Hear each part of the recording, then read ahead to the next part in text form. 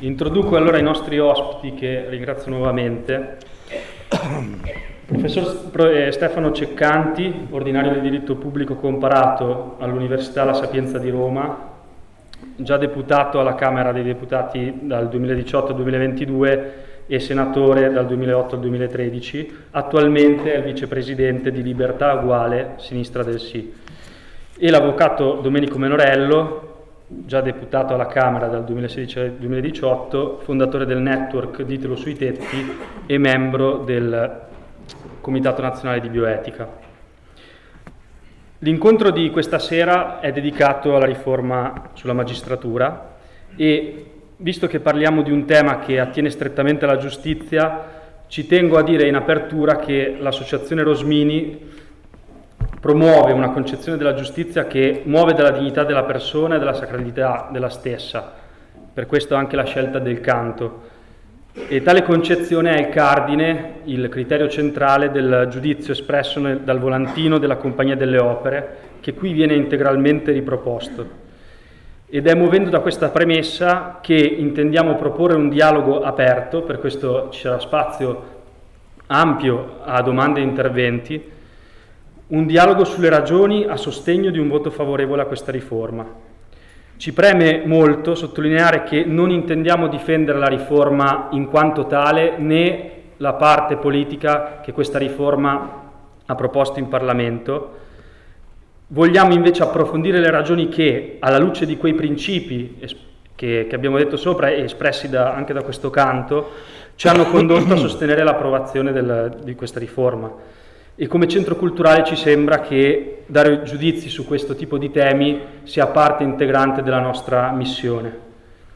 Ora, prima di dare la parola ai relatori, diamo una panoramica delle modifiche alla Costituzione su cui voteremo.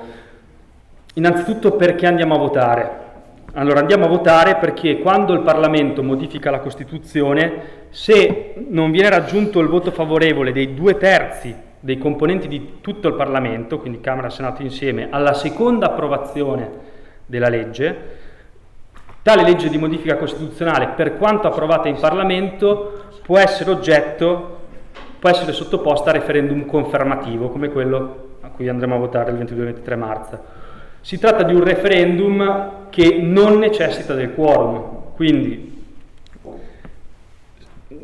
decide la maggioranza dei voti validi, e per questo motivo è molto importante prendere posizione. Cosa cambia con la riforma? 3 temi. Principalmente la riforma incide sulla separazione delle carriere, su il CSM, che diventeranno 2 come vedremo, e sull'alta corte disciplinare, quindi sulla funzione disciplinare del CSM, oggi, domani dell'alta corte. Separazione delle carriere. La riforma non modifica quanto scritto nella Costituzione circa il fatto che la magistratura costituisce, cito, un ordine autonomo e indipendente da ogni altro potere. Fine citazione. La novità che si introduce con la riforma è il principio delle distinte carriere dei magistrati giudicanti e requirenti, anche questa è una citazione se passerà al futuro testo costituzionale. Notate che quando si parla di carriere si intende la gestione della vita professionale dei magistrati, cioè quello che attiene alle nomine, ai trasferimenti, alle valutazioni di professionalità, ai conferimenti di incarichi direttivi e oggi al giudizio disciplinare. Qual è l'organo che oggi è deputato a gestire la carriera in questi termini dei magistrati? Il CSM, il Consiglio Superiore della Magistratura. Bene, secondo punto, il CSM ora è composto da per 2/3 da magistrati, la cosiddetta componente togata, e per 1/3 da membri laici che vengono eletti oggi dal Parlamento in seduta comune con una maggioranza di 3/5. Se passasse la riforma ci sarebbero 2 CSM, uno per i giudicanti, quindi per i magistrati che fanno i giudici, e uno per i requirenti, quindi per i PM, composti entrambi sempre per 2/3 da membri togati, sorteggiati, estratti a sorte da tutti i magistrati, e per 1/3 da membri laici estratti a sorte da un elenco che verrà formato dal Parlamento. Non si dice nella legge costituzionale in che modo. Le competenze del CSM rimarranno le medesime, salvo che per la funzione disciplinare che verrà assegnata all'Alta Corte, che è il terzo, pilastro di questa riforma. Oggi, appunto, la funzione è esercitata dalla quarta commissione del CSM, la sezione disciplinare. Con la riforma verrà istituita proprio ex novo questa che è a tutti gli effetti una Corte, che è distinta dai 2 CSM, sarà distinta, e alla quale sarà attribuita in via esclusiva la competenza sui procedimenti disciplinari dei magistrati, sia giudicanti che requirenti, quindi un'unica alta corte per 2 CSM. L'alta corte sarà composta da 15 membri, anche qui 9 magistrati e 6 laici. 9 magistrati, 6 giudicanti, 3 requirenti, quindi tra 6 giudici e 3 PM, e 6 laici nominati 3 nominati dal Presidente della Repubblica e 3 sorteggiati dall'elenco del Parlamento. Anche i giudici verranno sorteggiati, i magistrati, la componente togata. Il Presidente sarà eletto tra i laici di quest'Alta Corte. Le decisioni dell'Alta Corte, quindi le decisioni in materia disciplinare, saranno impugnabili in secondo grado da una commissione della stessa Alta Corte, cioè l'Alta Corte si dividerà in commissioni. In primo grado deciderà una commissione, in secondo grado ovviamente una commissione diversa. Infine, per chiudere questa panoramica, bisogna dare atto che la disciplina di dettaglio dei profili che abbiamo indicato sopra, per esempio la disciplina delle carriere separate, la disciplina della composizione dei collegi dell'Alta Corte, sarà rimessa alla legge ordinaria. Quest'ultima, la legge ordinaria, ricordiamo che è sempre soggetta al sindacato di legittimità della Corte Costituzionale. Cosa vuol dire? Che se la legge ordinaria fosse non conforme ai principi costituzionali, alle norme costituzionali, la Corte Costituzionale potrà dichiararla illegittima e renderla quindi inefficace. Ad esempio, ove la legge di applicazione fossero lesive dei principi appunto di autonomia e indipendenza che rimangono scritti in Costituzione. Bene. Questa sarà la scheda che avrete di fronte a voi il 22 e il 23 marzo. La scheda cita gli articoli della Costituzione che saranno oggetto delle modifiche che abbiamo appena spiegato. Se voterete sì, approverete la riforma nei termini in cui l'abbiamo delineata; se voterete no, invece respingerete la riforma. Mi raccomando, si voterà il 22 tutto il giorno, il 23 la mattina. Bene, passiamo ora al dialogo con i nostri autorevoli relatori. Chiederei innanzitutto all'avvocato Domenico Menorello di aiutarci a capire un punto che anche nel dibattito secondo me non è chiaro, che è il seguente. Noi vediamo il rischio, da un lato, di ridurre questa riforma a uno scontro ideologico tra opposti schieramenti politici, dall'altro a considerarla come una questione tecnica riservata agli addetti ai lavori. Quindi ti chiediamo qual è il tuo giudizio sul contenuto della riforma, ma anche se ci puoi aiutare a capire come questa riforma si collega a quell'idea di giustizia che come centro culturale a noi sta a cuore promuovere. Facciamo cambio perché magari sì. Visto che io ringrazio molto per questa opportunità, conscio dei miei limiti, e tenterò di raccontare il tipo di giudizio che assieme ad altri abbiamo maturato su questa riforma, tentando appunto di seguire la pista che ha dato Giovanni, nel senso che penso che ci interessino relativamente sia gli scontri ideologici che le questioni tecniche, ma ci interessa capire se c'è una leva culturale, educativa che ci aiuta come persone. E in questo senso molti dicono che questo sia un voto fondamentale, questo vale anche per la partecipazione.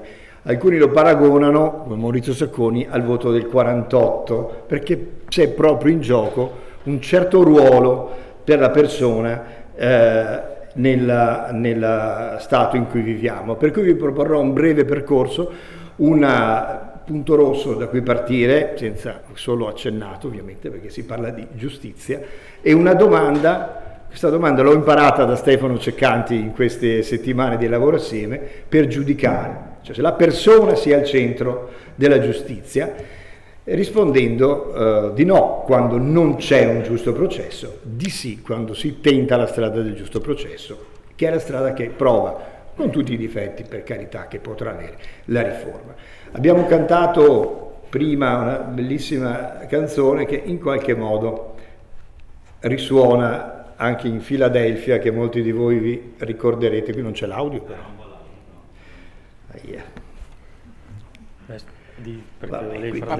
Cosa mi piace di più del diritto? Cosa vi ricorderete questo bellissimo?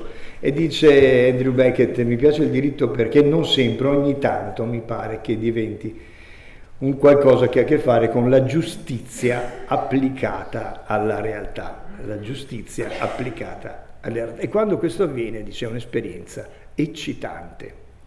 E poi bellissimi sguardi, compreso quello del giudice finale che compare adesso, che credo ci aiutino nel tenere destra la domanda. E difatti su questo primo passaggio noi sappiamo che la giustizia è uno dei bisogni essenziali dell'uomo, e in questo senso è inestirpabile e ha a che fare con la verità e con la libertà. La libertà di non essere sopraffatti, schiacciati, e la libertà di aderire al bene. Quindi la vera libertà non è data dall'uomo, l'uomo non può realizzare questa giustizia come abbiamo cantato e come dice tutto il magistero sociale. La giustizia è una prerogativa di Dio, perché la piena soddisfazione della libertà non è nelle mani dell'uomo. Allora la giustizia, ci viene insegnato, non può che essere parziale, umile, senza presunzione. Il volantino della CDO dice che è essenziale la coscienza che sia un compito sempre limitato e parziale. Giustizia viene definita come rendere a ciascuno il suo, dare unicuique sum tribuere, secondo un parametro che entrambe le parti dovrebbero riconoscere come bene, il bene comune. Quindi, bellissima questa frase di Papa Francesco, è necessario che la giustizia umana venga affermi la realtà sull'idea. Questo è un canone che ci servirà molto per giudicare la situazione attuale. Quindi più libertà dalla paura del più forte e poi superare la possibilità di uno scontro interpersonale attraverso il riconoscimento di un bene in comune. E in questo senso, quando non c'è giustizia, Giotto lo dipinge nella nostra Cappella degli Scrovegni, regna la sopraffazione, la violenza, il brutto. Allora come possiamo orientarci? Secondo passaggio, anche qui noi abbiamo imparato che per capire qualcosa bisogna capire a quale domanda si risponde, altrimenti non possiamo comprendere. La domanda che quindi questa natura della giustizia, che possiamo solo intuire nel canto, nel frame visto e nelle citazioni scorse, è la persona che ha l'interesse della giustizia per la sua libertà, è davvero al centro della giustizia italiana o la situazione della giustizia italiana afferma qualche altro potere contro la persona? Allora, come la giustizia umana, che è quella che abbiamo definito e quindi può collaborare alla giustizia con la maiuscola, se ha quella consapevolezza, è tale per la persona, ha bisogno di un processo, dice Giovanni Paolo II, come strumento di superamento del conflitto, come questa straordinaria capacità umana di guardarsi l'uno con l'altro e di confrontare le ragioni attraverso un terzo che si china nella realtà, dice Livatino, nel caso concreto, ascolta le ragioni delle parti, le confronta e cerca assieme ad essi di indicare una via d'uscita, la legge nel caso concreto. Il giusto processo è scandito nelle fonti più importanti, l'articolo 6 della Convenzione dei diritti dell'uomo e l'articolo 111 della nostra Costituzione. E per essere giusto il processo ha bisogno di un giudice terzo e imparziale. E quindi non c'è giusto processo se il giudice non è terzo, se il giudice si considera superiore, sovrano sulle parti e se il giudice non afferma il caso, non cerca il caso concreto, la risoluzione del caso concreto, ma cerca sue idee, se il giudice è politicizzato o ideologizzato. Credo che sul giusto processo parlerà e sulla separazione delle carriere parlerà molto più autorevolmente di me Stefano Ceccanti, ma è evidente che, come è stato già anticipato e come ci dice anche il volantino, come ha spiegato Giovanni, rimane questa anomalia per cui, virgolette, il datore di lavoro del giudice e del PM, che sono due soggetti diversi, il PM rappresenta lo Stato nel giudizio penale rispetto alla persona e resta il fatto che la carriera del PM e del giudice sono totalmente intrecciate.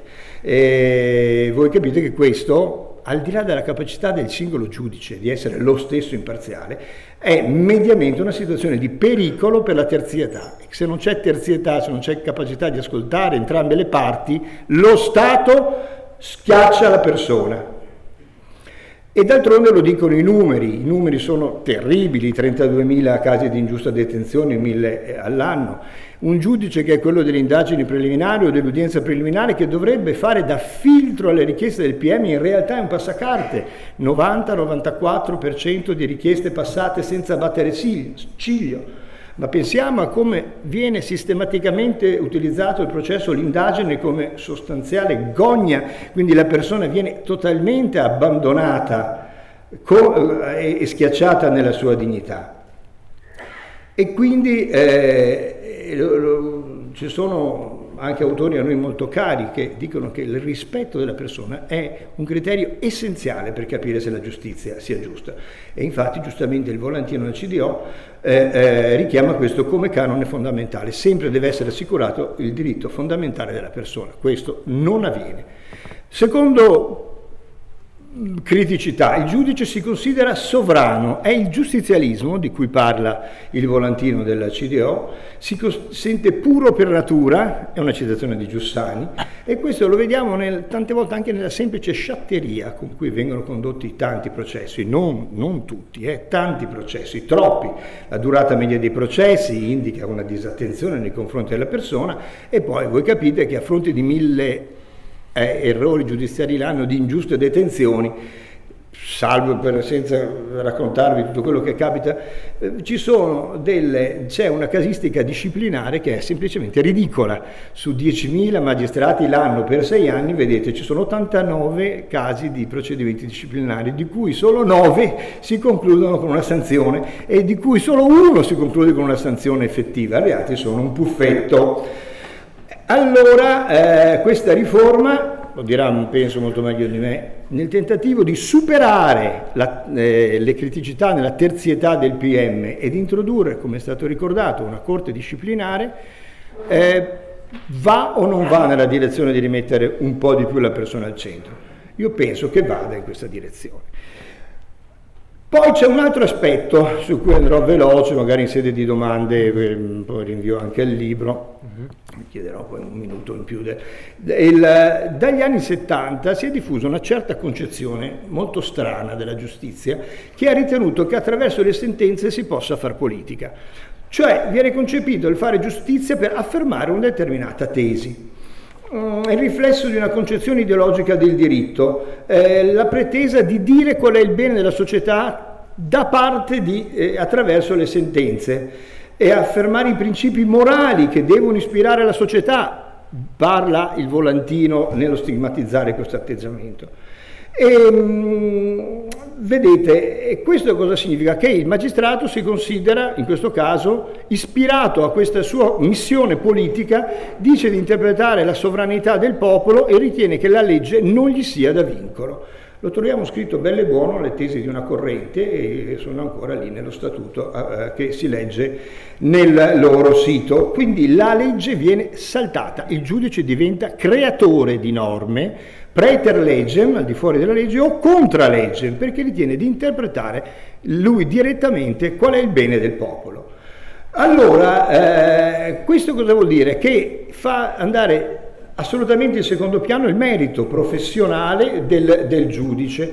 Infatti noi troviamo oggi che le valutazioni dei magistrati sono del 99,43% positive, perché sono una formalità.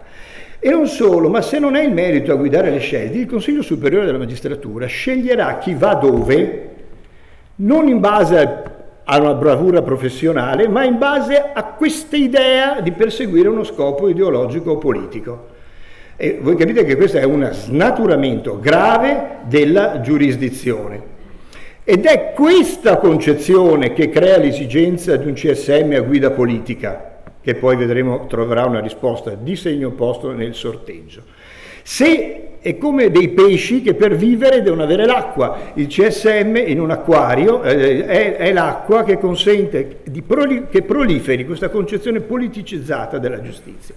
Ma una giustizia così non è tale, perché non si china sul caso concreto, non cerca di risolvere il mio caso, si disinteressa della persona, afferma una sua idea, non cerca un bene condiviso nella legge, ma il suo bene.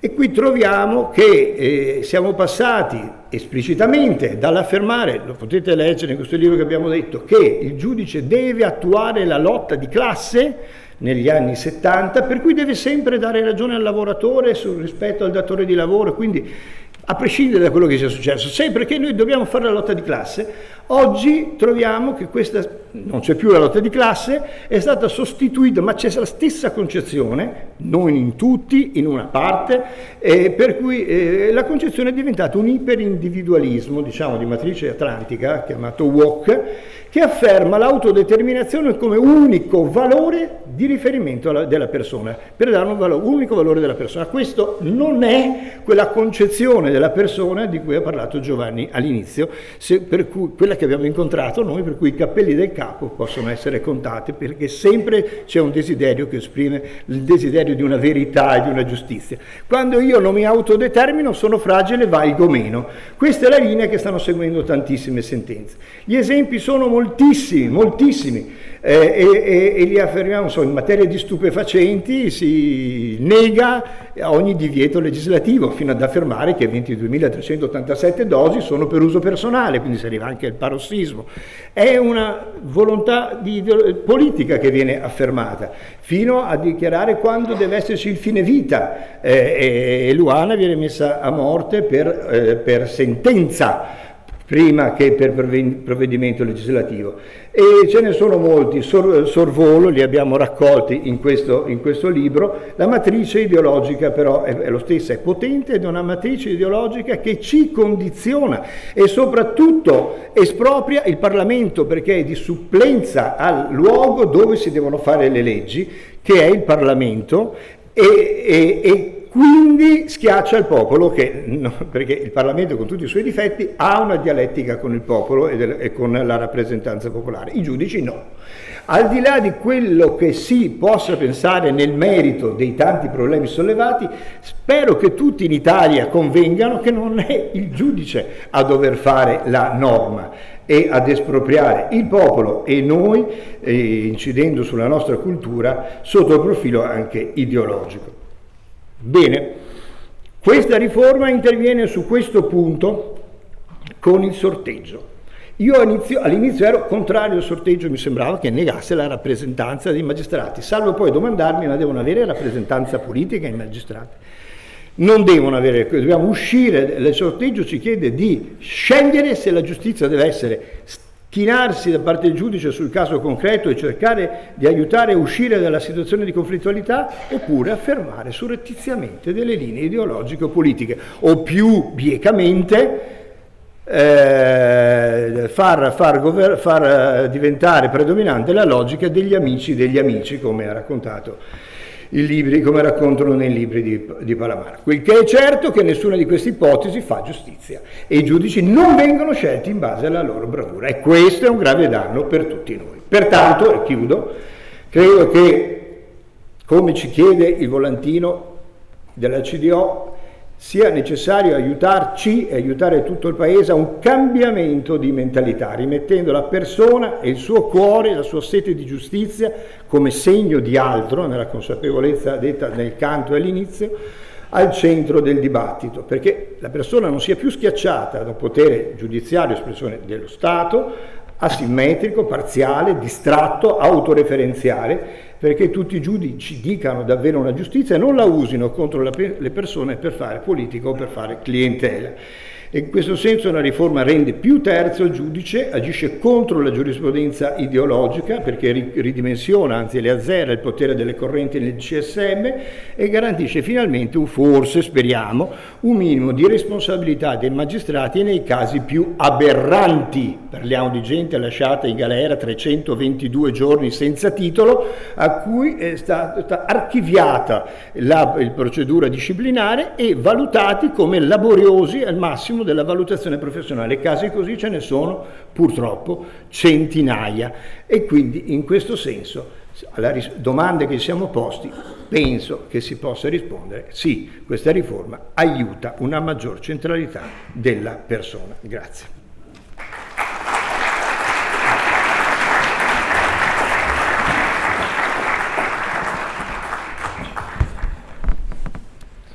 Grazie Domenico di questo percorso, che ci sarà modo anche magari di approfondire interagendo poi con le vostre domande. Io ringrazio ancora Stefano Ceccanti, anche perché è interessante, come dire, la sua prospettiva anche per la sua provenienza politica. Stefano Ceccanti ha una grande esperienza nel centrosinistra, e mi piacerebbe che nel dirci appunto la tua opinione sulla riforma entrassi anche un po' nel merito di quelle che sono le obiezioni più importanti e più frequenti nel dibattito rispetto al no, e in particolare ne cito una, e cioè che l'intento di rendere la magistratura meno autoreferenziale come dire, attuato separando i CSM porta in realtà, soprattutto rispetto alla magistratura requirente, a rischiare una degenerazione ancora più autoreferenziale. E quindi ti chiederei un po' di entrare anche in queste che sono le obiezioni più frequenti. Grazie mille. Ma dunque, io anzitutto vorrei dire una cosa di metodo. La nostra Costituzione ci consegna due schede diverse. Il voto per un referendum, ancor più per un voto su un referendum costituzionale, non c'entra con il voto per le elezioni politiche. Perché il voto che diamo su un referendum costituzionale significa votare un qualcosa che avrà degli effetti su 10, 20, 30 anni, perché non è così facile modificare la Costituzione. Di fronte a questo, all'importanza politica, perché non è un referendum tecnico, un voto politico ma non partitico, di fronte a questo dato, che oggi sia Presidente del Consiglio Giorgia Meloni, leader del PD Elly Schlein, Giuseppe Conte di 5 Stelle, quando queste norme verranno applicate, auguro a tutti loro lunga vita, ma dal punto di vista politico, tra 5-10 anni, 15, tutti questi saranno scomparsi e la Costituzione resterà. Quindi a noi, francamente, che non ci deve interessare di Giorgia Meloni, di Elly Schlein, Giuseppe Conte, Salvini, ci deve interessare se queste norme costituzionali hanno senso oppure no. E poi avremo le elezioni politiche e voteremo le elezioni politiche per chi ci pare, ma è un'altra partita che si fa l'anno prossimo. Se voi vedete il bellissimo intervento che fa Aldo Moro all'Assemblea Costituente sul referendum, che cosa dice Aldo Moro sul referendum? Perché noi mettiamo il referendum? Perché può darsi che le persone che votano per dei partiti su quel punto lì non la pensino come il partito che votano.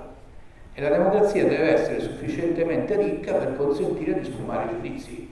Noi quando andiamo a votare le elezioni politiche, dubito che qualcuno di noi che vota per un partito politico condivida 100 idee su 100 partiti politici, voterà quello di cui condivide 70-80 idee, già va bene. Però il resto delle idee, quello che uno non condivide, può avere uno strumento per esprimerlo? Sì, questo strumento è il referendum. Quindi diciamo, per le politiche c'è l'anno prossimo, non neanche tra tanto. Per il referendum c'è il referendum. La seconda cosa, nel referendum noi non votiamo tra i nostri modelli ideali e la proposta di riforma, ma tra la Costituzione come oggi e come cambierebbe. Perché, diciamo, soprattutto poi noi professori che insegniamo queste materie qui, se mi date un testo vi potete dire 10 modi migliori in cui si poteva scrivere questo testo, ma non devo confrontare le mie idee con quel testo lì, devo vedere se nel giudizio complessivo il testo migliora o no lo status quo, questo devo fare. Poi le mie idee saranno senz'altro più belle, ma non si vota su quelle idee, cioè si vota sulla corrispondenza di una parte delle mie idee col testo, altrimenti cerchiamo riforme perfette e non le troviamo mai, ma neanche il testo della Costituzione è perfetto, nessuno lo riteneva perfetto, intanto c'è una procedura che consente di modificare, quindi questa è la premessa di fondo. Ora, ma noi come siamo arrivati qui? Perché questa è per capire le norme bisogna capire il percorso storico. Il nostro punto di partenza è dato da com'era l'ordinamento nel periodo fascista, che aveva peraltro portato all'estremo dei difetti dello Stato liberale. Gli Stati liberali ottocenteschi sul continente europeo erano fortemente statalisti e compressivi dei diritti delle persone. Il fascismo esalta di più questa cosa, ma era una tendenza già diffusa. Non si parlava neanche più di tanto di diritti dei cittadini per la loro libertà, per la loro dignità, ma era una sorta, lo Stato si autolimita. Su alcune cose vi facciamo fare un po' quello che volete voi, ma lo decide lo Stato. Se voi vedete gli elenchi dei diritti sono timidissimi, lo Statuto Albertino partiva dal re, non partiva mica dai diritti dei cittadini. Partiva dal Senato perché era di nomina regia, era tutto uno schema in cui lo Stato per bontà sua si autolimita, il cuore era lo Stato, non mica la persona. E quindi il concetto della giustizia qual era? Che prima viene lo Stato con le sue esigenze di sicurezza e poi dopo vengono i cittadini. Quindi c'è bisogno di mettere in galera 10 innocenti, mettiamo in galera 10 innocenti, perché la sicurezza dello Stato esige che si dia un'impressione di forza e così via. E quindi se uno parte da questo approccio statalista, cosa ne derivava? Che lo Stato era uno infallibile e tutto quello che faceva capo allo Stato deve essere compattato. Quindi chi c'era insieme?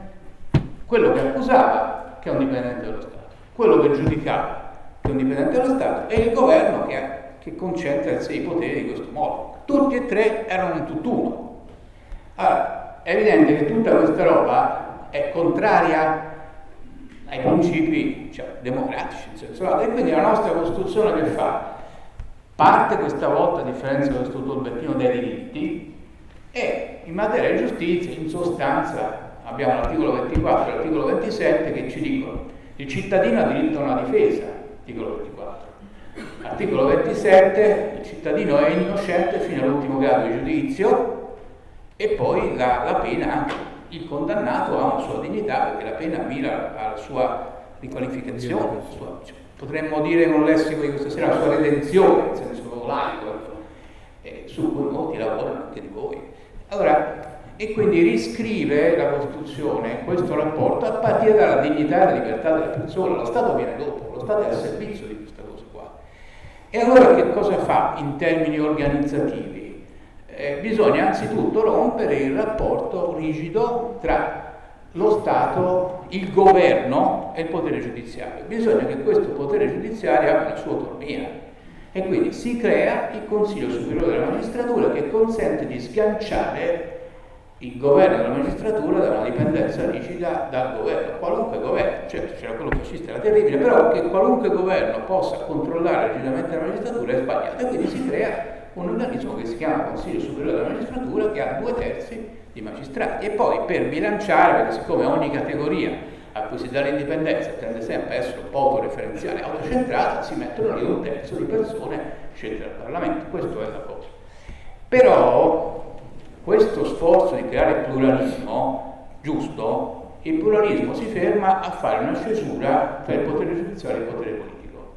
Restava il fatto che erano messi insieme chi accusava e chi giudicava. Ma il nostro concetto di pluralismo non è solo il pluralismo tra potere politico e potere giudiziario. Ogni potere deve essere pluralista. Noi che cosa abbiamo fatto sul legislativo? Abbiamo fatto sì che non solo il Parlamento nazionale fa le leggi, ma abbiamo le regioni che fanno le leggi, l'Unione Europea che fa le leggi. Sul potere esecutivo avevamo solo storicamente il governo centrale, i comuni, ci abbiamo aggiunto le regioni, ci abbiamo aggiunto l'Unione Europea, e anche in questa crescita del pluralismo anche l'ordine giudiziario doveva crescere distinguendo più nettamente due mestieri che sono diversi, perché chi accusa mette in piedi un'accusa che ritiene in coscienza ragionevole, e chi giudica se uno è colpevole oltre ogni ragionevole dubbio. Quindi sono due cose, sì, che hanno dei collegamenti, ma sono un po' diversi. Lo standard per accusare qualcuno è che l'accusa sia ragionevole, lo standard per condannarlo è che sia colpevole ogni ragionevole dubbio. Allora, questa Costituzione cosa fa?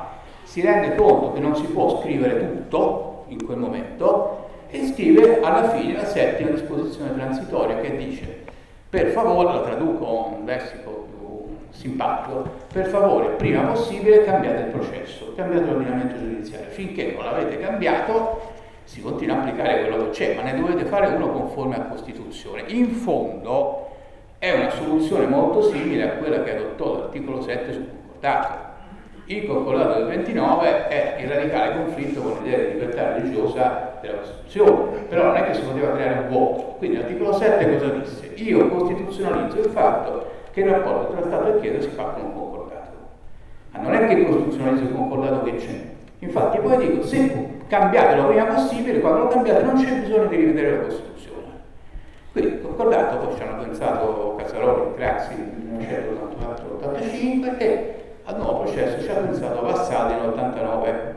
Qual è però il problema? Quando tu per vari decenni applichi un processo, non è che se cambi la legge ordinaria tutti rivoluzionano la loro cultura, perché sono abituati a degli schemi, e quindi un po' tutti continuavano a interpretare il processo nuovo con la mentalità del processo vecchio, un po' tutti, compresa la Corte di Cassazione, compresa la Corte Costituzionale. Cioè sì, va bene che lì si dice che le prove devi portare nel processo, uno le presenta, l'altro le contesta, però tutto sommato, se sono trovate le prove anche prima del processo, dobbiamo fare buono lo stesso. Accadevano queste cose qui, allora comincia a emergere il problema, cioè non sarà il caso queste cose che abbiamo scritto solo nella legge ordinaria di scrivere in Costituzione. Questo è il punto chiave, che si affronta, siccome abbiamo un po' di legislature tormentate che durano solo 2 anni, quella 92-94, quella 94-96, si arriva finalmente alla legislatura 96-2001 che dura 5 anni e si discute insieme, come si dovrebbe fare, distinguendo la materia costituzionale dai conflitti politici sulle altre materie, e ci sono i lavori della Commissione di Camera e d'Alema in cui in sostanza tutti e 2 gli schieramenti convengono che è meglio scrivere i principi in Costituzione, che le prove vanno portate nel processo e sono buone solo se si possono contestare nel processo, tutte queste cose qui un po' che conosciamo anche dalla televisione e così via. Però a questo punto, una volta che noi stiamo dentro in questa logica di questo processo, questa logica di questo processo cos'è? È che il pubblico ministero è una parte che ha delle convinzioni e punta a vincere il processo condannando. L'avvocato è qualcuno che punta a vincere il processo assolvendo e il giudice è terzo in mezzo. Questo è il processo accusatorio. Quindi dobbiamo scrivere questa cosa in Costituzione e poi dobbiamo scrivere 2 cose che discendono dal punto di vista organizzativo. Quali sono queste 2 cose? Sono che il Consiglio Superiore della Magistratura Unico, che prima mi era servito a togliere il potere al Ministro della Giustizia, non va più bene in questo schema, perché io nel Consiglio Superiore della Magistratura Unico c'ho l'arbitro e una squadra, l'altra squadra non c'è. Io ho il giudice terzo e l'accusa e la difesa non c'è. Allora succede che la mia carriera di giudice viene decisa anche da quelli dell'accusa. Ma se io prendo una decisione come giudice e dico di no, secondo me questo in galera non ci deve andare in carcerazione preventiva. Secondo me questo va sotto subito, non deve essere inviato al processo. Io posso temere che nel Consiglio Superiore, dove ci sono anche gli accusatori, io venga punito la mia carriera. Questo è il problema. Se tu vuoi il processo accusatorio, devi avere un organismo dove si discute della carriera dei pubblici ministeri con una maggioranza dei pubblici ministeri e un altro strumento dove hai un altro organismo dove si discute della carriera del giudice e decidono solo i giudici. La separazione della carriera non è il fatto che non posso spostare da una carriera all'altra, ma è il fatto che l'organo che governa la carriera sia separato. Questa cosa era abbastanza pacifica per tutti e 2 gli schieramenti. E l'altra idea era quella di un grande giurista padovano, Livio Paladin, già presidente della Corte Costituzionale, che aveva detto: guardate che questa cosa che noi piazziamo nello stesso organo, dire se uno è bravo o no, dire chi deve fare il presidente di un tribunale e contemporaneamente fare le sentenze per dire se uno ha violato o no le norme, c'è un organo che fa sia amministrazione sia giustizia, non va bene. Ci vuole una Corte di giustizia, quando si violano le leggi bisogna stabilire le sanzioni disciplinari, l'organo è un atto, perché altrimenti avviene uno scambio. Io non do la sanzione all'amico tuo, in cambio mi dai la presidenza del tribunale e così via. Queste cose non devono stare allo stesso contenitore, devono stare in 2 contenitori diversi. Una Corte disciplinare, la legislatura 96-2001 è un po' tormentata, la commissione d'Alema cade, però cade questa commissione a metà legislatura, arriva una sentenza piuttosto brutta della Corte Costituzionale che in sostanza dice che le prove si possono raccogliere anche fuori dal processo, famosa sentenza Neppi Modora. I nostri parlamentari insolvono, parlamentari tutti, centrodestra e centrosinistra, e riscrivono insieme l'articolo 111 della Costituzione. E diciamo, una parte dei magistrati non sono d'accordo, ma i nostri parlamentari la votano comunque questa riforma e sono così bravi che la votano a 2/3. E cosa ci scrivono al di là delle prove? Le prove sono nel processo, ci scrivono giudice terzo e imparziale. Se voi andate a vedere i lavori del Parlamento, i 2 parlamentari che lo spiegano in maniera più netta sono al Senato Cesare Salvi, che non è neanche del PD, è vicino all'Alleanza Verdi-Sinistra. Giusto per capire dove sta Cesare Salvi, non è entrato nel PD perché secondo lui facevamo un paio troppo moderato. A destra. Questo è Cesare Salvi, che ha sempre avuto queste idee, che io non sono d'accordo su niente tranne che sulla giustizia con Cesare Salvi, però ammetto che lui era il suo rigore. E l'altro era Antonio Sola, che era un deputato con cui mi è capitato di lavorare, che aveva fatto il magistrato. Poi gli avvocati dicono: guardate, imparziale vuol dire che il giudice, quando processa, nel giudizio deve essere imparziale. Terzo vuol dire una promessa di completamento della riforma. Terzo vuol dire che le istituzioni dovranno essere congegnate per fare in modo che sia proprio equidistante dagli altri 2. Ma perché non si poteva completare la riforma? Che lui lo dice: no, è una riforma parziale, poi la dobbiamo completare. Terzo, non preannunci ulteriori, perché c'era uno scontro frontale tra i pubblici ministeri di Milano e Berlusconi. Come facciamo a fare una riforma di questo tipo in mezzo a questo caos? Non ci riusciamo a farlo insieme e quindi piazziamo lì questo nuovo articolo 111 e quando entreremo in una fase diversa, ci saremo liberati tutti di questo scontro che non finisce mai per le scuole pubblici e ministeri di Milano, ne trarremo le conseguenze. Ma sta scritto tutto negli atti del Parlamento, non è che basta saperli leggere, è scritto proprio lì. Terzo vuol dire che dobbiamo fare poi un'altra riforma che lo costruisca come terzo.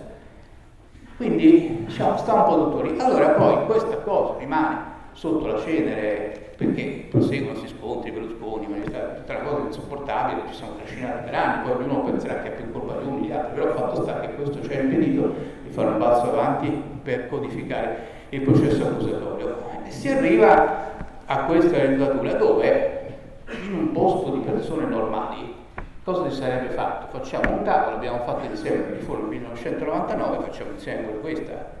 Solo che la maggioranza si è intestardita e ha detto noi abbiamo questo bel progetto, chi lo può scrivere meglio di noi, ce lo votiamo così, e l'opposizione si è messa a dire siccome lo proponete voi non lo votiamo. Questo è una specie di gioco tra bambini un po' viziati che giocano così. Questo è tradotto, è un po' così perché insomma la maggioranza ha avuto questa rigidità. L'opposizione, io sono stato candidato del Partito Democratico nel 2022, ma sapete che il Partito Democratico era l'unico partito che aveva nel programma l'alta corte disciplinare.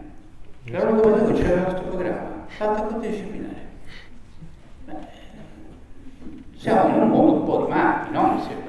E persino la scorsa legislatura, anche del primo governo, rosso-verde, abbiamo fatto insieme la riforma costituzionale del diritto all'ambiente, abbiamo abbassato l'età per votare al Senato a 18 anni. Questa legislatura sembra diventata una cosa in cui se l'idea di fare delle riforme insieme mentre si governa, gli uni governano sembra un peccato. No, non è un peccato fare le cose insieme, anzi, è la capacità di distinguere le cose che devono unire da quelle che devono dividere. Ora, quindi, questo fatto di dividere in due CSM e di fare la corte disciplinare era una cosa che, come era assolutamente pacifica nel 1999, avrebbe dovuto essere pacifica anche questa volta. E quindi, secondo me, i due punti chiave di questa riforma sono sostanzialmente indiscutibili. Poi, ovviamente, se scendiamo ai dettagli, molte cose sono più che discutibili, anche se hanno delle ragioni. Vado su quella più controversa. Da molti anni, un po' tutti, dicevano che affidare a delle correnti organizzate troppo rigide la scelta di chi andava nel Consiglio Superiore della Magistratura non andava bene, perché poi la persona che veniva eletta con questi meccanismi di correnti molto rigide si sentiva in qualche modo tributaria di quelli che l'avevano eletto ed era molto vincolata, si entrava dentro un mercanteggiamento di nomine tra correnti, non di scelta libera delle persone che ci capitavano. Questa era una cosa che tutti davano per buona. Io mi eleggo nel 2008, io parlo, discuto, poi ho avuto sempre la passione dei sistemi elettorali. Qual è il sistema elettorale che consente di eleggere una persona col minor grado di vincolo? È il collegio uninominale, perché col collegio uninominale tu vieni eletto lì, non è che sei trainato da una corrente nazionale come con i sistemi su lista, su base nazionale. E quindi io presento questo progetto. Poi si interrompe la legislatura, io ne ho saltata una, c'è la legislatura in cui salta, mi chiama il ministro Orlando, Andrea Orlando, che è stato un ottimo ministro della giustizia, dice guarda io sono d'accordo con te, lo dico anche ai giornali, vai in una commissione ministeriale e fai approvare i collegi nominali. Io vengo nominato in questa commissione ministeriale, mi presento alle riunioni e i rappresentanti magistrati dicono bellissima idea, ma noi non la vogliamo, perché noi vogliamo un sistema qualsiasi sia dove siano decisive le corretti. Quindi io sono andato, ma aveva nominato un ministro, aveva dichiarato ai giornali che avevo ragione, fatto sta, non gliene fregava niente a nessuno e quindi si è fatto l'ennesimo sistema in cui erano centrali le correnti. Dopodiché mi arriva il sorteggio in questa legislatura. A me non sembra una brillantissima idea, perché io avevo provato il sistema che era quello di eleggere i collegi nominali, non c'era bisogno di rinunciare all'elettività per arrivare per smantellare le correnti. Se però, visto quello che mi è successo, mi inventano il sorteggio, io dico una cosa, non è la mia idea che è senz'altro la migliore, non perché è mia, perché è una cosa proprio seria, poi ovviamente ognuno pensa sempre che le sue idee siano le migliori. Però se io devo dire il sorteggio e la rigidità che ho trovato nell'inventarsi sempre nuovi sistemi elettorali, purché fossero decisive le correnti, io mi accontento pure del sorteggio, perché ho visto quanto è difficile far digerire dei sistemi efficaci, e se non faccio questa cosa ora passerà non si farà nessuna riforma, mi metteranno un nuovo sistema costruito bene, in cui saranno decisive per l'ennesima volta le corrette. Quindi io quello che vorrei dire è che appunto tante cose io le avrei fatte diverse, però io non capisco le ragioni per le quali noi dovremmo dire di no a questa riforma. Anche perché questo tipo di campagna, tutti fanno sempre un po' di terrorismo psicologico sui rischi della riforma, che in genere poi vengono attribuiti non alle cose che ci sono scritte, ma alle paure che ciascuno di noi può avere, perché cioè, uno non ha votato per la coalizione al governo e pensa che possono fare chissà cosa, a prescindere dal testo. Un po' strano che lo facciano i magistrati, perché i magistrati dovrebbero applicare le norme e quindi mi dovrebbero dire in quale punto loro vedono queste loro paure motivate. Va. Però ci sono tutti i rischi e le paure se le cose non cambiano. Che non è che da una parte abbiamo i rischi solo se le cose cambiano, abbiamo i rischi anche se le cose non cambiano. Ci vogliamo tenere un sistema dove le correnti prestano l'autonomia dei singoli? Ci vogliamo tenere un sistema dove più del 90% dei casi i giudici dell'indagine preliminare, i giudici dell'udienza preliminare dicono sì ai pubblici ministeri perché temono la propria carriera?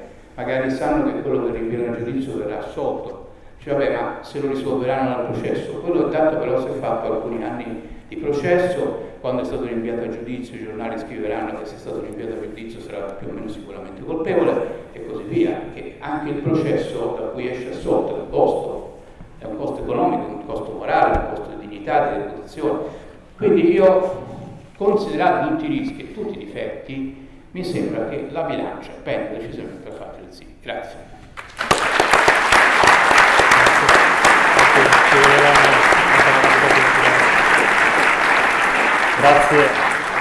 Grazie davvero Stefano Ceccanti per la panoramica storica e culturale.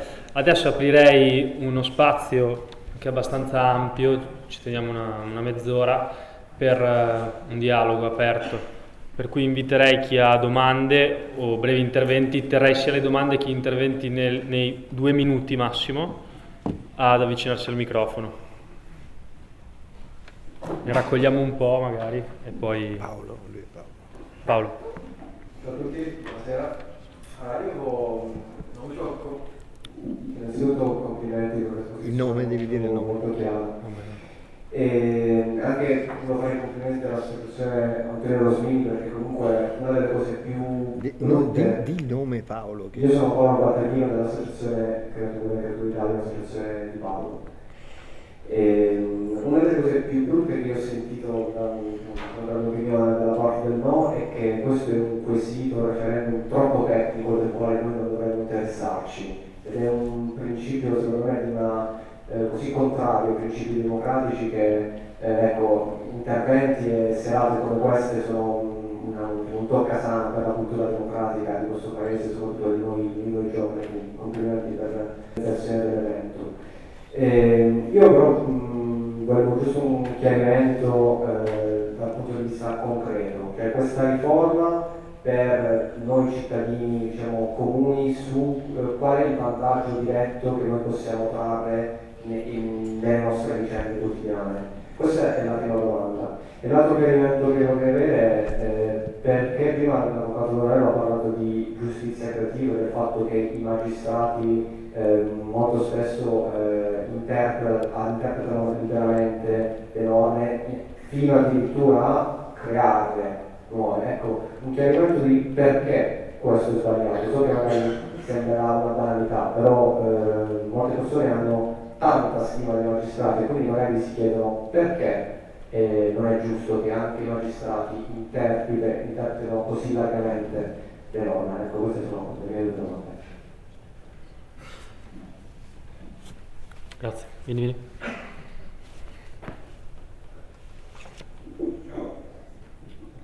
Ciao.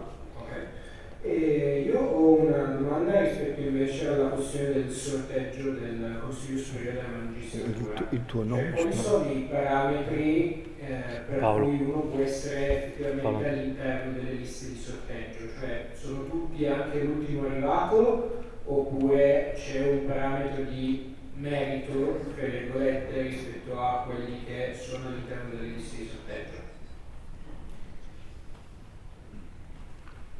Non so se vogliamo Facciamo dopo rimettere. tra un'altra domanda. Sì. Una delle critiche che viene fatta alla riforma è il paventato rischio che la magistratura diventi succube della politica o succube del governo, o che comunque non sia più Andrea. Ora, da tutto quello che si dice sembra un po' il contrario, però siccome questa critica da certe parti è proprio palesemente, anzi usata come metodo, insomma, per giudicare la riforma, io vorrei capire questa cosa da dove nasce, se è pura propaganda o se c'è effettivamente un rischio, perché non torna minimamente con quello che si è detto stasera. Per cui se ci sono dei punti da capire su questa cosa qui vorrei capirlo, grazie. Vado io sulla 2 e la 3, poi lascio Domenico la 1. Sì, facciamo risposte sintetiche così. Parto dall'ultima. In realtà nel testo non c'è niente che giustifichi questo timore.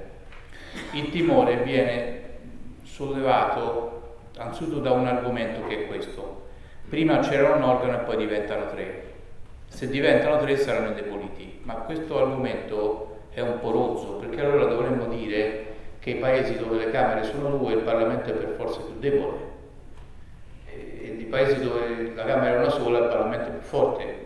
Non è vero, cioè può darsi ma non c'è. Per esempio negli Stati Uniti d'America esistono 2 Camere, la Camera e il Senato, il fatto che ne siano 2 crea più problemi al Presidente che non che avere una sola, quindi di per sé questo argomento non funziona. L'altro argomento è un argomento di sospetto, che è questo: nel testo non c'è nulla sul controllo del governo, ma siccome poi ci saranno 12 mesi per fare le leggi di attuazione, questi che sono cattivi faranno le leggi di attuazione per sottoporre attraverso le leggi di attuazione che ora non sono scritte. Ora, premesso che uno, se anche fosse cattivo con le leggi di attuazione, però magari perde le elezioni, quindi non è detto che sia lui, però non è neanche vero questo, perché le leggi di attuazione si muovono dentro alcuni vincoli molto precisi che fanno valere i 2 organismi che stanno nella piazza del Quirinale, cioè la Presidenza della Repubblica e la Corte Costituzionale. Se tu produci una normativa incostituzionale perché vuoi controllare i magistrati, che sarebbe incostituzionale perché si parte dall'articolo 104 che è una proclamazione dell'autonomia assoluta sia di chi giudica che di chi accusa, prima cosa ti chiamerebbe il Quirinale dicendo cosa state facendo, io quella legge non me la firmo. Seconda cosa, arriverebbe la Corte Costituzionale e farebbe saltare queste leggi. Quindi queste paure non hanno delle basi effettive nel testo, poi ciascuno di noi può avere le paure, però le paure non sono provate. Per quanto riguarda i sorteggi, ci sono 2 sorteggi. Quello che fa un po' più problema è effettivamente il sorteggio tra i magistrati nei 2 CSM, perché ci rientrerebbero tutte queste migliaia di magistrati. Anche qui però, io non l'avrei fatta così e spero poi che la normativa attuazione restringano. Però attenzione che si tratta di poche migliaia di persone che hanno vinto dei concorsi terrificanti e che hanno dei poteri, vengono riconosciuti e capaci di esercitare dei poteri terribili. Gli accusatori possono mettere in galera chiunque di noi in alcuni casi. I giudici possono condannarci fino all'ergastolo. Ora noi vogliamo dire che con il sorteggio le persone che non sono in grado di fare una nomina, un trasferimento, una votazione di persone. Allora però mi preoccupo, perché questi possono decidere se mettermi in galera o non mettermi in ergastolo. Quindi starei attento a questo. Allora, ripeto, io non la farei su 9.000 persone, troverei qualche criterio, però portato all'estremo questo argomento è un argomento contro i magistrati, che ci invita a diffidare dei magistrati perché questi non sono in grado di fare le nomine, figurarsi se sono in grado di decidere ragionevolmente se mettermi in galera o non mettermi in ergastolo. Quindi è un argomento un po' a doppio taglio, eccesso di sfiducia. Mi sembra meno criticabile l'altro sistema che per i cosiddetti componenti laici, perché l'altro sistema, il Parlamento fa una lista da cui si estrae, anche se non lo sa nessuno, tranne qualche bravissimo studente di diritto costituzionale, è un sistema che esiste per una cosa molto importante, decisamente più importante che nel Consiglio Superiore della Magistratura, che è il solenne processo al Presidente della Repubblica per alto tradimento e attentato alla Costituzione. Se si deve imbastire un processo deciso dal Parlamento perché si ritiene che il Presidente della Repubblica abbia commesso alto tradimento e attentato alla Costituzione, udite udite, la maggioranza dei giudici viene sorteggiata. Il Parlamento fa un elenco di 45, se ne estraggono 16, quelle si uniscono ai 15 della Corte Costituzionale e fanno un processo dove si può mandare in galera il Presidente della Repubblica e destituirlo. Allora, se questo sistema lo possiamo usare per mettere in galera il Presidente della Repubblica e destituirlo, forse per designare la persona CSM non è così, poi cioè, dove c'è il più ci sta anche il meno. Quindi tutti i sistemi sono discutibili, però mi sembra che le critiche alla fine non siano, si poteva fare di meglio, ma non è che questa cosa peggiora l'esistente. No, questo non funziona. Ah no, questo è quello farlo. Posso usare questo? Dunque, allora, solo aggiungo due piccolissime cose sul tema magistratura diventerà succube della politica. Tutte le cose che ha spiegato benissimo Stefano, 3 riferimenti testuali sulla Costituzione. Per la verità questa riforma incrementa la tutela di indipendenza e di autonomia della magistratura, perché in questo momento l'articolo 104 dice la magistratura è un ordine autonomo e indipendente. Poi in un altro passaggio rimette la tutela dei pubblici ministeri all'ordinamento giudiziario, quindi una legge ordinaria. Adesso invece scriverebbero la magistratura è un ordine autonomo e indipendente ed essa è sia la magistratura giudicante che quella requirente, quindi semmai il PM viene, come dire, tutelato ulteriormente. Tant'è che c'è qualcuno che muove l'obiezione opposta, dice attenzione che creiamo un PM troppo indipendente perché avrà il suo CSM, eccetera, eccetera. Però voi capite che sono due obiezioni che dicono una il contrario dell'altra, che dimostra che entrambe sono un po' un processo di intenzioni. Non solo, l'articolo 112 della Costituzione non viene toccato e dice che il pubblico ministero ha l'obbligo di esercitare l'azione penale. Questo significa che nessuno può dire al pubblico ministero persegui qui e non lì, perché violerebbe l'articolo 112 che non è oggetto di riforma. Ancora, l'articolo 109 della Costituzione dice che la polizia giudiziaria, che sostanzialmente sono le braccia del pubblico, dipende dal pubblico ministero, quindi non è nemmeno possibile per il legislatore ordinario togliere la polizia giudiziaria, come dire svuotare il pubblico ministero. Quindi effettivamente da qualsiasi parte la si guardi è una pura fake, diciamo. Sui parametri del sorteggio aggiungo solo quello che ha detto Stefano, che ovviamente in questi giorni per quel che vale, ma il governo non fa che dire né sperare che ci sia un tavolo di discussione per scrivere le leggi attuative assieme nello spirito così ben descritto da Stefano Ceccanti prima. E l'ipotesi è quella che i magistrati siano sorteggiati fra quelli che hanno la terza valutazione. Le valutazioni sarebbero le progressioni di carriera, quelli che passano al 99,43% su tutti i geni. E quindi vuol dire 12 anni di professione e non abbiano procedimenti disciplinari. Come abbiamo visto, questo è un requisito abbastanza insignificante, posto che non esistono. Bene, quale vantaggio diretto ha un cittadino?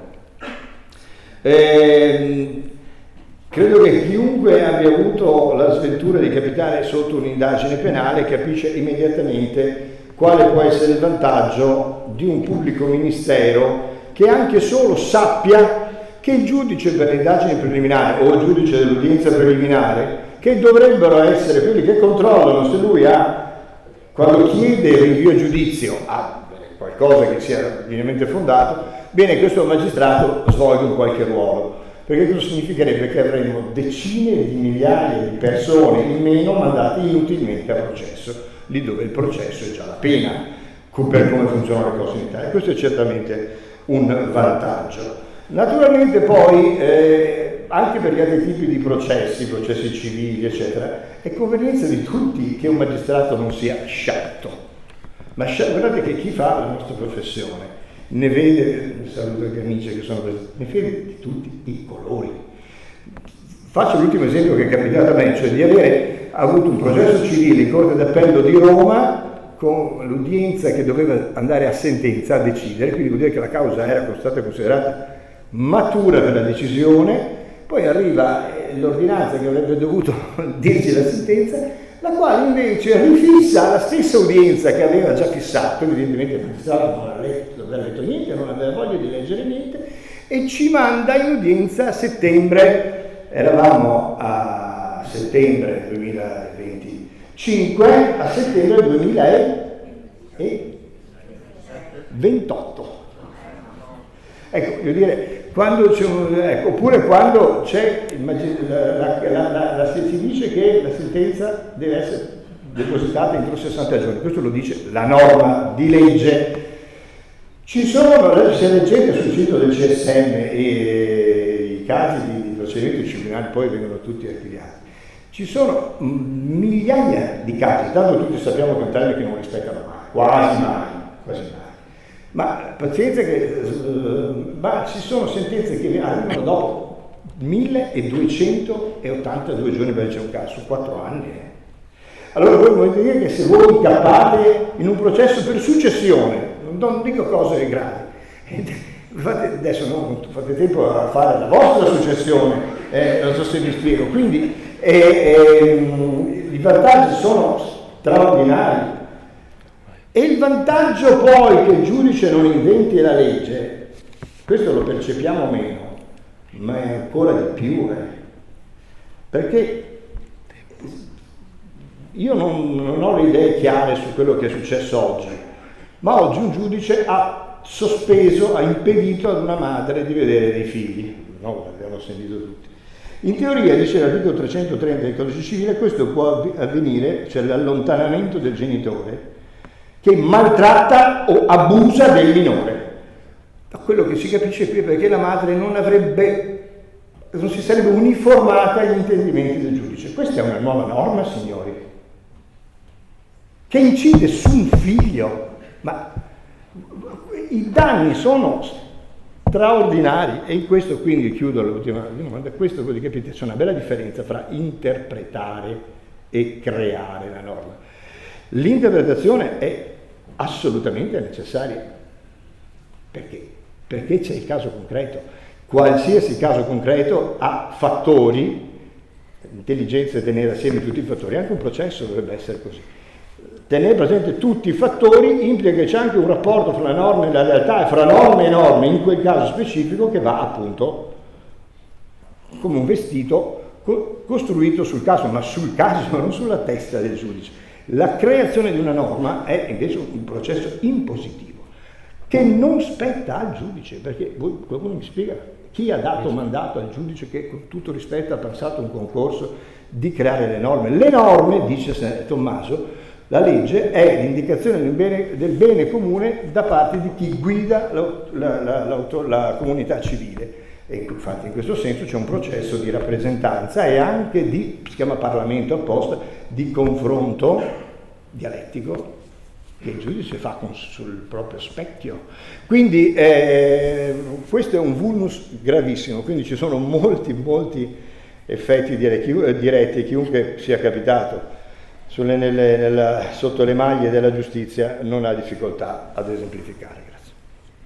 Grazie. Saluto intanto Gianmaria Boscaro, sindaco di Vigonza, che ci ha raggiunti, lo ringrazio. C'è ancora spazio per un paio di domande o interventi.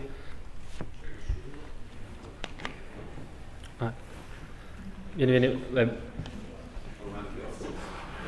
Si è parlato prima, anche Domenico l'ha appena detto, delle norme attuative, cioè questa riforma non è la riforma la migliore, non è la riforma compiuta, ecco. Però spiegateci bene cosa significa le norme attuative, al di là di quelle di attuazione, diciamo, non so, il sorteggio come deve essere fatto, eccetera, ma perché sia compiuta la riforma, cioè che ci sia un giudice terzo e due parti che siano equilibrate verso un giusto processo che riconosca proprio la giustizia, che abbiamo detto che la giustizia è impossibile da raggiungere su questa terra perché è di Dio, no? Però quali sono gli elementi ulteriori che si potessero raggiungere? Era auspicata ovviamente strada che si possa vincere, insomma, in questa partita elettorale, perché io non li conosco, quindi sarebbe utile che ci lo spiegaste. Grazie.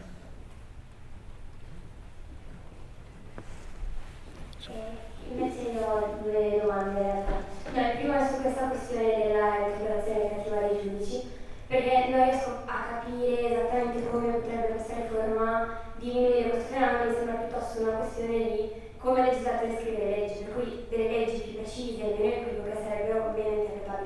semplice. Questa è la prima. Mentre la seconda domanda, che è un dubbio, questa io ho diversi dubbi su questa, cioè su molti aspetti di questa riforma, esatto, ma proprio tecnici.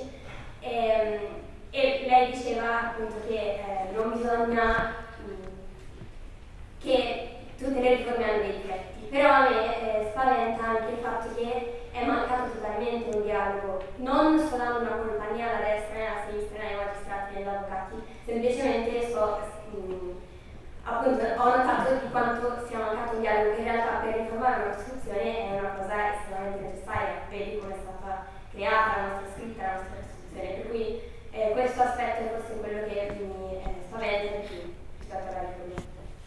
Grazie. Prego. Beh, dico io così chiude Stefano. Aspettiamo un momento. Allora, due premesse. Per 35 anni di esperienza con la magistratura, lavorando come carcere, come tribunale, eccetera, cioè, questa riforma sembra una porta aperta, cioè se io potessi per il 90% dei magistrati comprare un lanciafiamme, comprerei un lanciafiamme. E lo metteresti in Costituzione? Sì, lo metterei in Costituzione, così insomma risolvi praticamente il problema. Però insomma 35 anni di esperienza, di incontri, di botte, di sconfitte, di ingiustizie, insomma un po' di domande te le poni, cioè come reagisci, cosa vuoi costruire. E la seconda riflessione che ho fatto è stata, adesso volendo fare un'occasione per costruire qualcosa, ogni giorno che incontro qualche collega, qualche amico, cioè come lo approccio? O il collega e l'amico che mi chiede come rispondo, come approccio? Prendendo un po' seriamente questa domanda per capire come posso realmente incontrare l'altro, ha fatto sì, primo punto, che io sento molto stretto questo affronto di questo tema, cioè non condivido la modalità con cui a livello generale è stato e viene affrontato, no? Perché è come se rinunciasse a un livello un po' più alto in cui io posso veramente incontrare tutti, no? Mi è venuta una seconda riflessione, è che comunque, perché bisogna capire un po' il contesto, come, perché, perché se salti un po' tutto il contesto, vai dritto sulle ragioni del sì, sulle ragioni del no, ti perdi un po' tutto il contesto, tutto il contorno, e quindi, voglio dire, magari è più elegante, più sottile, ma è una polarizzazione comunque. Allora, la modalità con cui è stata scaricata sui cittadini questa scelta, a mio avviso, decreta comunque la sconfitta della politica. Perché questa era una decisione che qualcuno che è votato e delegato per lavorare su questo, e questo doveva fare. Non iniziamo la colpa dell'uno, colpa dell'altro, quando non trovi una strada è colpa di tutti, proprio facile. E scaricata così, in questo modo, i cittadini, lo ritengo molto una cosa, diciamo per il contesto storico-culturale che stiamo vivendo, molto difficile da affrontare e tanto sviante. Pensiamo a tutti i referendum in Italia che macerie hanno lasciato, perché se qualcuno che si deve prendere una responsabilità non se la prende, la scarica, dopo inevitabilmente, per quanto tu possa dire la tua posizione, comunque finisce sempre per essere una parte, un'altra parte e diventa difficile. Quindi ridurla immediatamente al sì o al no, secondo me ci fa perdere un'occasione, anche perché lo sentiamo tutti i giorni, se vince il no è un disastro, perdiamo un'occasione storica che non si ripeterà più. No, cioè non so se la Meloni diventato dei testimoni di Geova che gli hanno dato una data della fine del mondo, cioè, voglio dire, animo, cioè, no.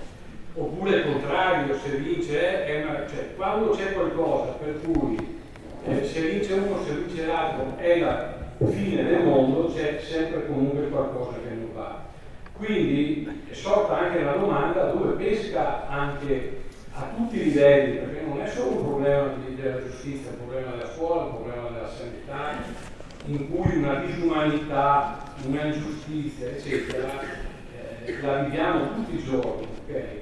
Allora, i magistrati, l'ho detto prima, sono un problema importantissimo, cioè, ma sono, io per esperienza ho visto, principalmente un problema professionale, sono incompetenti, incapaci, non sanno scrivere e parlare in italiano, non sono soprattutto umanamente poveri, cioè sono soli. Quindi quello che ripetiamo, e io ripeto continuamente, va bene le nuove leggi, va bene le nuove riforme, e quando si fanno meglio farle il meglio possibile.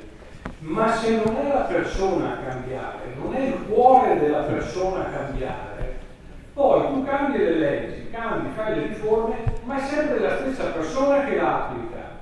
E noi 35 anni lo abbiamo visto, e ci sono normative belle che non vengono applicate, che se solo venissero applicate vivremmo tutti un po' meglio.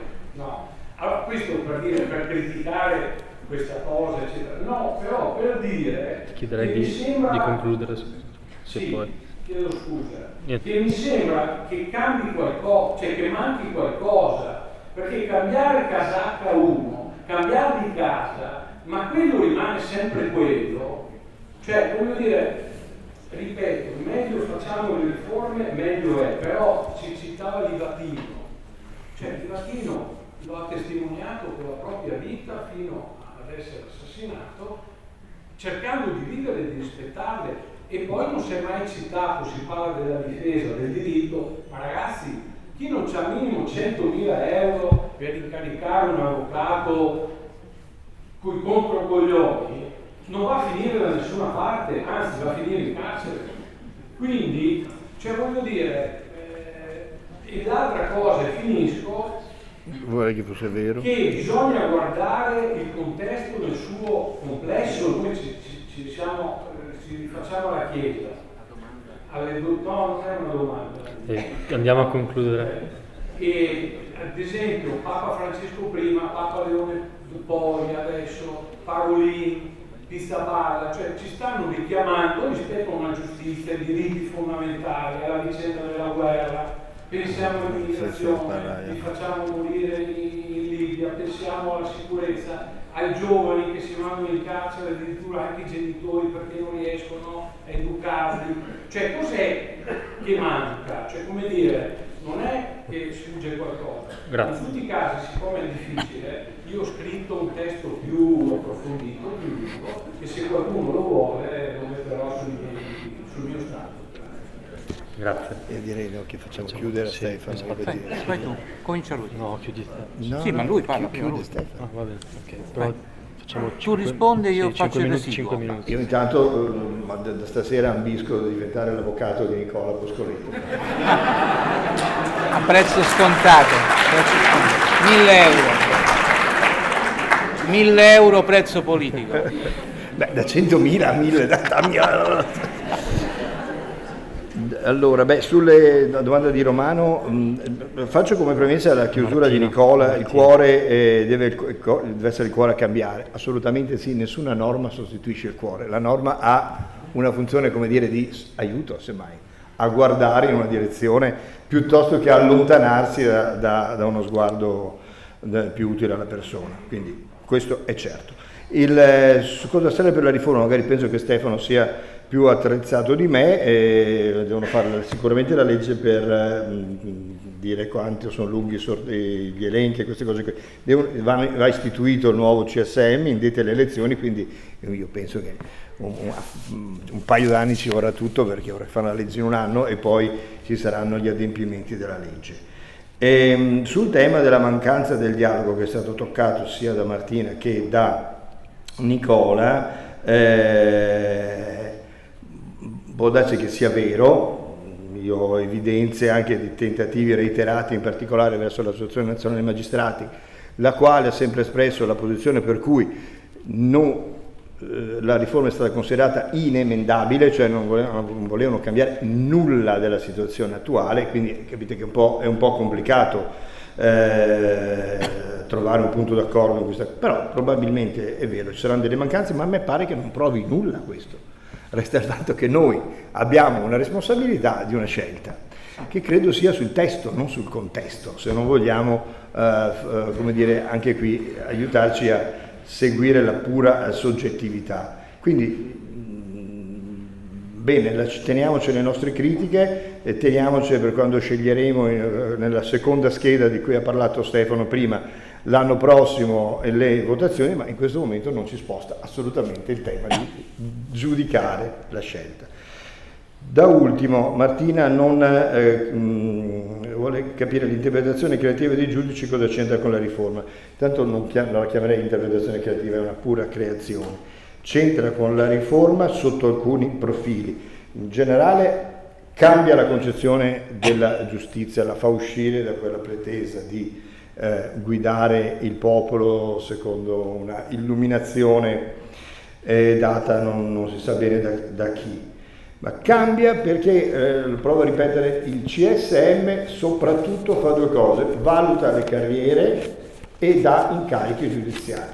Allora qui va deciso se per entrambe queste importanti mansioni si sceglie la strada di giudicare chi è più idoneo dal punto di vista della capacità professionale e quindi fare il giudice con le caratteristiche buone che abbiamo detto, o secondo dei criteri di lottizzazione o ideologizzazione. La prima è la variante brutta della seconda. Cambia moltissimo. Se il CSM sarà formato da gente sorteggiata che non deve rendere conto a una corrente, sia essa ideologizzata oppure semplicemente perché devo restituire i favori o rispettare degli accordi, quindi mandare a fare il presidente del Tribunale di Padova Tizio, ma non perché sia bravo, ma perché è amico dell'amico, perché la pensa così, cambia moltissimo, cambierà la pelle. E facciamo la prima sezione civile della Cassazione.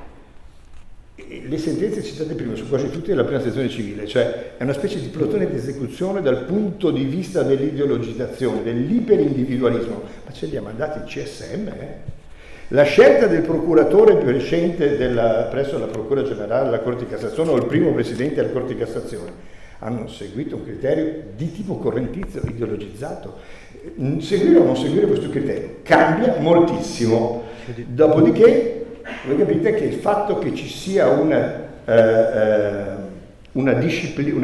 vaglio disciplinare rimesso, è chiaro che in alcuni casi eclatanti in cui ci si inventa una norma o si disapplica scientemente, dichiaratamente, come avviene, ad esempio in tema di immigrazione, le norme, come sta continuamente avvenendo, probabilmente qui ci sono anche degli aspetti disciplinari, forse un giudice ci pensa due volte prima di spostare sul campo della giustizia le proprie battaglie politiche, anziché candidarsi e farle nei luoghi a ciò deputati, e si chiamano così non a caso. Vi ringrazio infinitamente per questa occasione.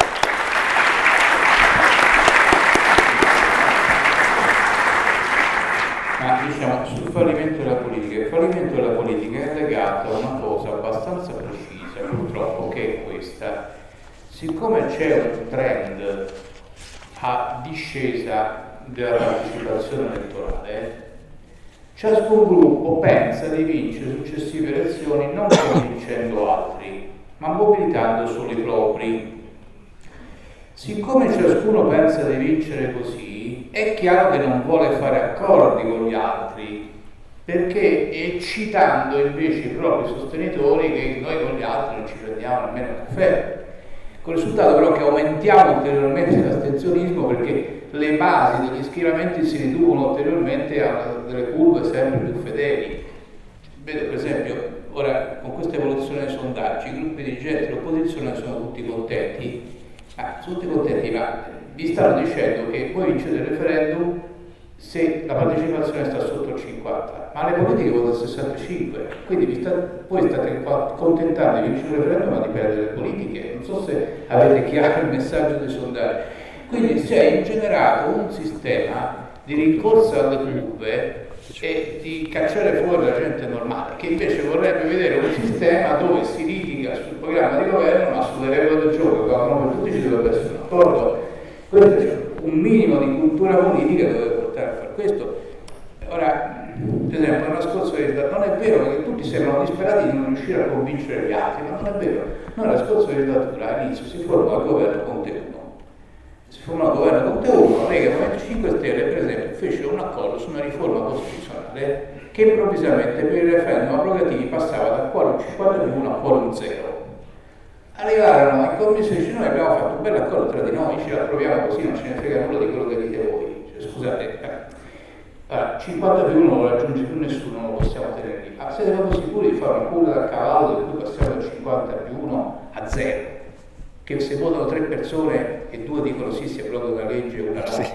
E siamo stati a rompere le scatole per 2 mesi, ma non è che noi facevamo proclamazioni ideologiche, li buttavamo 2000 emendamenti, invitavamo a pranzo, a cena, ci discutevamo. Dopo 2 mesi hanno capito, sì, in effetti però passare a 0, cioè sai, il risultato del referendum se votano in 3 magari non è quello che vuoi tu, è l'opposto, cioè, non è che devi pensare che tu sei maggioranza oggi in Parlamento e quindi vinci tutti i referendum a quorum 0. E quindi si sono smossi, la riforma non si è fatta, però si è ragionato, era un periodo caldissimo, però la riforma quella dell'ambiente, che addirittura andava a toccare l'articolo 9, nei primi 12 articoli sacri della Costituzione, abbiamo inciso su uno dei primi 12 articoli, poi si è fatta in maniera condivisa. Poi invece c'è proprio un culto della radicalizzazione all'estremo che fa male a tutti. Questo è il punto di fallimento della politica. Poi c'è un'altra questione rispetto all'ultimo intervento. Un conto è dire che le persone, quando vengono messe in un sistema, devono fare il meglio possibile. E questo è l'idea di coscienza che ciascuno di noi cerca di applicare. Se però il sistema è a brandelli, il fatto che sia composto da tante brave persone non è che ci garantisce dei risultati. Cioè, io ho fatto il parlamentare. Il Parlamento andrebbe riformato in profondità, poi sono tante brave persone che fanno i parlamentari. Guardate che 2 camere che fanno la stessa cosa, non ci serve a niente. E infatti tutta la gente che per odio a Renzi ha votato contro il no al referendum del 2016, semplicemente per buttare giù il governo, dicendo chissà cosa rischiamo se 2 camere si cambiano. Non abbiamo cambiato le camere, ma siccome il sistema non funzionava, praticamente noi il bicameralismo l'abbiamo soppresso su questa riforma. Per me le leggi si fanno che una camera l'esame e l'altra la prova e basta, perché non si può perdere tempo. Quindi nel frattempo il bicameralismo non si vuole difendere, cioè non c'è comunque più, solo che l'abbiamo abolito di fatto in maniera insensata. Quelle leggi di bilancio le fanno quelli della commissione bilancio e la prima Camera dove capita quell'anno lì. Ce la fanno in 40 persone. Queste poi funzionano. Allora noi ci possiamo anche mettere dei generi, ma questo sistema non funziona. Quindi il problema di cambiare il sistema è un problema serio, perché altrimenti anche le brave persone che sono nel sistema si trovano a lavorare in un sistema che funziona, quindi faranno il loro meglio anche quelli che sono oggi al CSM, la sezione disciplinare. Io non dubito che ciascuno di loro cerchi di fare il meglio, però c'è una serie di condizionamenti, di correnti e così via che non glielo fanno fare fino in fondo il loro lavoro. Quindi sì, ci vogliono le persone preparate, ma bisogna anche che il sistema costruisca. Io posso avere anche dei bravissimi giudici, ma se quelli temono per la loro carriera, saranno tutti in grado di decidere autonomamente dicendo di no a un pubblico ministero sulle vie di giudizio? Forse sì, però quello che capita a me quel giorno lì magari non lo è. E allora sì, magari potrò dire 90 giudici su 100 sono bravissimi, ma a me è toccato uno di quei 10 che si è preso paura di avere conseguenze e non sono molto confortato di questo fatto. E tutta questa teoria anche della Corte disciplinare, Paragini, perché se la inventò? Perché c'era stato anche il processo Tortora. Noi abbiamo avuto il processo Tortora e i magistrati che hanno sbagliato nel caso Tortora poi sono stati premiati, come è stato addirittura letto il CSM. Noi abbiamo avuto dei casi, noi ci sono arrivate, la cosa peggiore che capita in Parlamento non so, è quando è ufficiale pulsante per stabilire sotto quella che deve andare in galera perché è la testa della magistratura. Cioè non siamo a votare emendamenti pubblici, il pulsante lo va in galera oppure no. Allora, in alcuni casi queste richieste erano motivate, penso che abbia fatto lo stesso anche Domenico, le vedi motivate. tanti casi ci sono arrivate delle richieste controfirmate dai GIP. Ne avevo una, per fortuna nel datore non c'ero io, dove uno doveva essere carcerato perché c'erano 2 testimonianze che dicevano cose opposte. È venuto il giorno X, non è venuto il giorno Y, era un fratello, era senza fratello. Certo, va in carcerato perché questi 2 è stato così abile che gli ha fatto fare 2 testimonianze opposte, ma erano d'accordo. No, se mi arriva una cosa con 2 testimonianze opposte, quello non vai a vedere perché è una cosa che non sta in piedi. Questi qui che ci hanno mandato queste cose, a cui il Parlamento ha detto di no dicendo che c'era fumo per persecuzione, sono stati puniti dal Consiglio Superiore di Magistratura, non risulta. Che tutto questo sistema sanzionatorio non funziona. Ora, io non dubito che persone di coscienza facciano le buone cose, ma se uno sa che il sistema di sanzioni non funziona, che qualsiasi cosa fa lui non paga, insomma, sono favoriti i comportamenti delle persone meno coscienziosi che danneggiati i comportamenti delle persone coscienziose. Questo è no. Allora, sulla normativa di attuazione, l'ha già detto Domenico, la normativa di attuazione in buona parte i pilastri ci sono già, nel senso che tu c'hai il CSM, invece di non c'è la Corte disciplinare. Restano, per esempio, se io appunto questo sorteggio invece di farlo su 9.000 persone, sarebbe meglio farlo su 2.000-3.000, stabilendo dei criteri, e questo avrebbe un senso. La lista del Parlamento, siccome facciamo un sorteggio così ampio tra gli altri, forse sarebbe meglio se il sorteggio si facesse su una lista larga anche per i parlamentari. Abbiamo il modello del Presidente della Repubblica, lì si fa una lista di 45 a cui se ne estraggono 16, un rapporto 1:3 sarebbe ragionevole. Minimo. È minimo, sì, cioè voglio dire, ma su questo mi sembra che si possa dialogare. Il problema è che l'Associazione Nazionale dei Magistrati è sempre stata regolarmente contraria a tutte le riforme, da chiunque proposte. Noi nella scorsa legislatura abbiamo votato la riforma Cartabia, quella che blocca i passaggi, ma l'Associazione Nazionale dei Magistrati era contraria. Quando si è fatto il 111 in Parlamento, buona parte dei magistrati erano contrari che votassero il 111. Cioè c'è sempre stata questa reazione, che in parte si capisce anche, i sindacati hanno sempre la tendenza un po' a difendere lo status quo, però un minimo di cercare una volontà di riforma si potrebbe anche fare. Ecco, questo, quindi non solo abbiamo un po' queste chiusure del sistema politico, ma sono anche in parte chiusure sindacali, sociali, cioè siamo una società un po' troppo corporativa, che ha un po' paura dell'innovazione, andare di fronte a una sfida, provare anche sistemi nuovi. Poi per carità, magari tra 10 anni scopriremo che i numeri che abbiamo messo, 2 terzi, 1 terzo, non sono più buoni, che forse quelli che abbiamo messo a Corte disciplinare, 3 quinto, 1 quinto, 1 quinto, non sono, e ci discuteremo sempre noi di cambiarli. Cioè le riforme si fanno anche per sperimentare delle soluzioni quando sai uno status quo che non è piacevole. Vogliamo tenerci le correnti come sono che bloccano il Consiglio Superiore della Magistratura, vogliamo tenerci un organismo dove si fanno 6 sentenze di alta amministrazione. Queste cose non vanno bene. Le cose che inventeremo avranno dei difetti in progressione, cioè, non è che il referendum discrimina un'epoca millenaria, il referendum è fatto per fare una riforma che migliora un po' lo status quo per i prossimi 5-10 anni, poi ci ragioniamo. La politica dovrebbe anche ragionare per prova d'errore.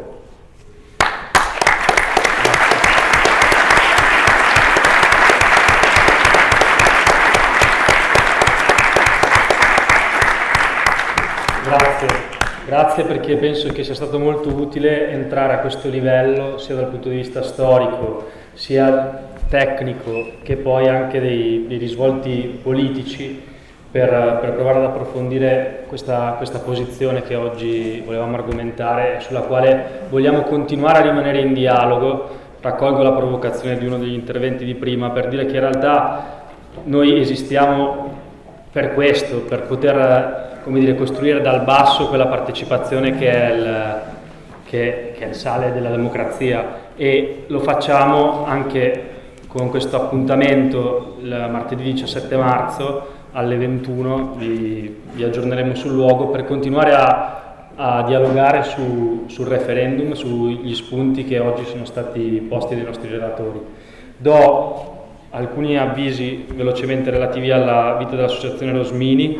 Giovedì 12 marzo alle ore 18 presso la sede del QAM l'Associazione Rosmini e la Fondazione Maria Bonino invitano all'inaugurazione della mostra Maria Bonino, la vita è la realizzazione del sogno della giovinezza, che è una mostra dedicata alla figura di Maria Bonino, medico e pediatra del QAM che ha speso la vita per la cura dei bambini in Africa. La mostra sarà esposta dal 12 al 29 marzo presso il chiostro del Giustinianeo. Inoltre vi ricordiamo che all'uscita è disponibile per l'acquisto il libro scritto da Domenico Menorello con Sacconi e vi chiediamo di lasciare un contributo per le spese della sala. Grazie e buona serata.